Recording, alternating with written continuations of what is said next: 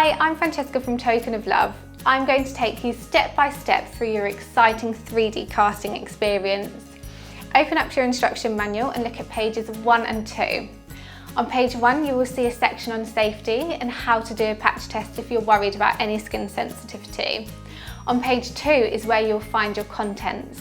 Make sure you check your contents and you have everything you need before starting your exciting casting experience. How long will the process take? So mixing time will be 60 seconds, making the mould is between 2 and 3 minutes, filling the mould is 5 minutes, and revealing the mould will be 10 minutes. The mixing process can be a little messy. Work in a room where you have a wiped clean floor. Do not do the casting where you have carpet unless you have a plastic or waterproof sheet you can put down. It will not come out of your carpet if you do spill it. It is a good idea to have a table or work surface so you can mix and have your ingredients all laid out.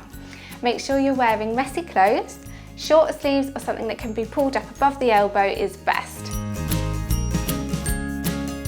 Rub your hands and lower arm all over with the petroleum jelly provided.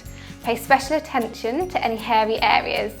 As lovely as it is to have long nails in your cast, we recommend having these removed or shortened. These are really hard to mould, and you will find that when you demould your casting, these will break as they are so thin. Make sure you remove any watches and bracelets before starting. Rings, however, can be included. Extremely intricate rings may be hard to cast, but generally all wedding rings and engagement rings are fine. Find your position and have a little practice. We recommend 2 main ways to hold hands for your casting. Have a little go at these and make sure you're happy with the pose that you have chosen. Next, fill your bucket 3/4 of the way full and place the bucket on a flat, steady surface. Make sure the bucket is at a good height for you all to get your hands in together. Make sure you're positioned in the centre of the bucket and your hands go straight down in a vertical position. This will make sure you avoid touching the sides of your bucket and your sculpture will stand straight, not tilted to one side. We recommend going right down until you touch the bottom and lift your hands up 2 centimetres.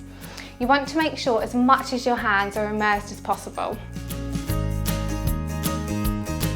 Don't squeeze too tight. When we are nervous, we seem to automatically squeeze each other's hands. This is not necessary and will show up on your casting. Don't be scared of each other. Make sure your bodies and arms are nice and close. It will make it so much easier for you.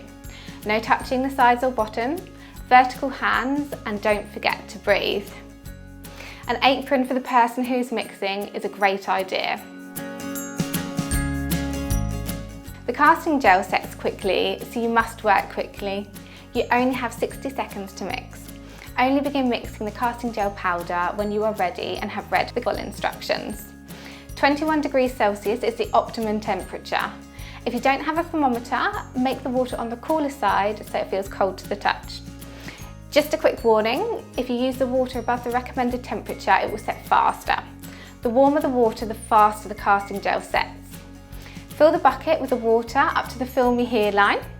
You will need 1 900 gram bag of casting gel powder and add half a bag at a time. Make sure the powder has been mixed before adding the other half. Use your electric whisk and mix quickly. Mix until all the white casting gel powder has disappeared. The casting gel will be a bright pink with a slightly thick, lumpy consistency. Make sure you get your hands into the bucket while it's still a nice bright pink colour. As the casting gel begins to set, it will go from a bright pink to a lighter pink, and once it's fully set, it will turn a grey-white colour. If you see the casting gel is changing to a lighter pink and you're still mixing, make sure you speed up and get in before it's fully set. Make sure your hands are in the position you practiced earlier. Lower your hands until they touch the bottom. Once touching the bottom, lift them up 2 centimetres. Wait for the colour change and your mould to set. It will turn a white-grey colour and it will have a hard, rubbery feel to it. Hands must be removed one at a time. If you have a ring with a large raised stone, remove your hand last. Wriggle your wrist slightly. You can then slide your finger all the way around your wrist to open up a space between your wrist and the mould. Wriggle those fingers gently. You can let go and start to slide your hand out of the mould one at a time. Remember, if you have rings, keep this finger tucked in and lift it out and away from the mould to avoid scratching it. Make sure you're wearing your gloves for this part. Fill your jug or mixing bowl with 700 ml of cold water. Empty one of your 950 gram bags and one of your 450 gram bags into the water. Make sure the powder is spread nice and evenly. Leave the water to soak into the casting stone plaster for 1 minute. You can now start mixing using both gloved hands. Make sure all the lumps have gone and your stone plaster mixture is nice and smooth. When I'm filling my moulds, I always think of it as if I'm pouring a glass of Coke or a pint of beer to avoid fizz. Start with the container at an angle, pour the mixture into the mould. Gently tap the bottom of the container for 15 seconds, keeping it at an angle all times. Add the mixture again with the container at an angle and firmly tap the sides and the bottom of the container for around 30 seconds. That just helps all those air bubbles rise to the top. Top up the mould until it's full and continue tapping the sides and bottom until the mixture starts to thicken. Once the casting stone plaster has thickened, simply leave it to one side. Turn your bucket upside down and flex the edges and tap the bottom until your mould slides out.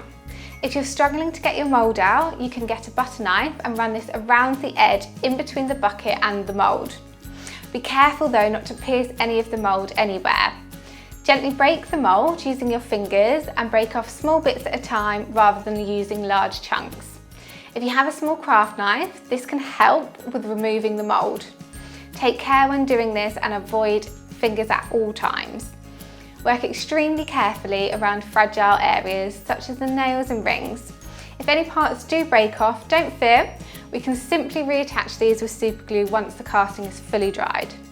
For any mould that is stuck between those fingers, rings or hard to reach places, we have included a wooden cleaning tool to help you pick these out.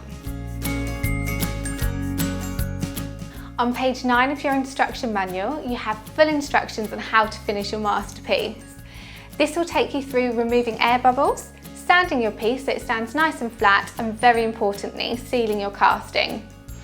If you haven't selected to paint and mount your casting, your tutorial has finished here.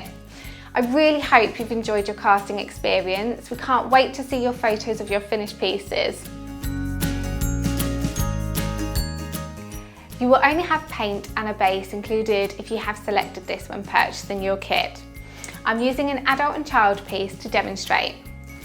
You can only begin painting the day after you have sealed your casting. Make sure you apply thin layers of paint at a time. You will need to paint 3 coats. Make sure you leave a good 2 hours between each coat for it to dry. If you're mounting your casting, make sure you do not paint the bottom. To start, make sure you have a practice on where you would like to place your casting engraved plaque on your base. Apply a blob of clear silicone about the size of a penny in the centre of the bottom of each wrist. Place the casting down in the position you have decided on. Press down and make sure the casting is sitting nice and flush against your base. You can now fix your engraved plaque. Remove the paper cover on the reverse side so it reveals the sticky part. Lightly place the plaque in the position you have decided on. If you're 100% happy with how it's placed, press down firmly to ensure the plaque has stuck. Your tutorial has now finished. Thank you so much for choosing Token of Love's home casting kit. We really hope you've enjoyed your casting experience and we cannot wait to see photos of your finished pieces.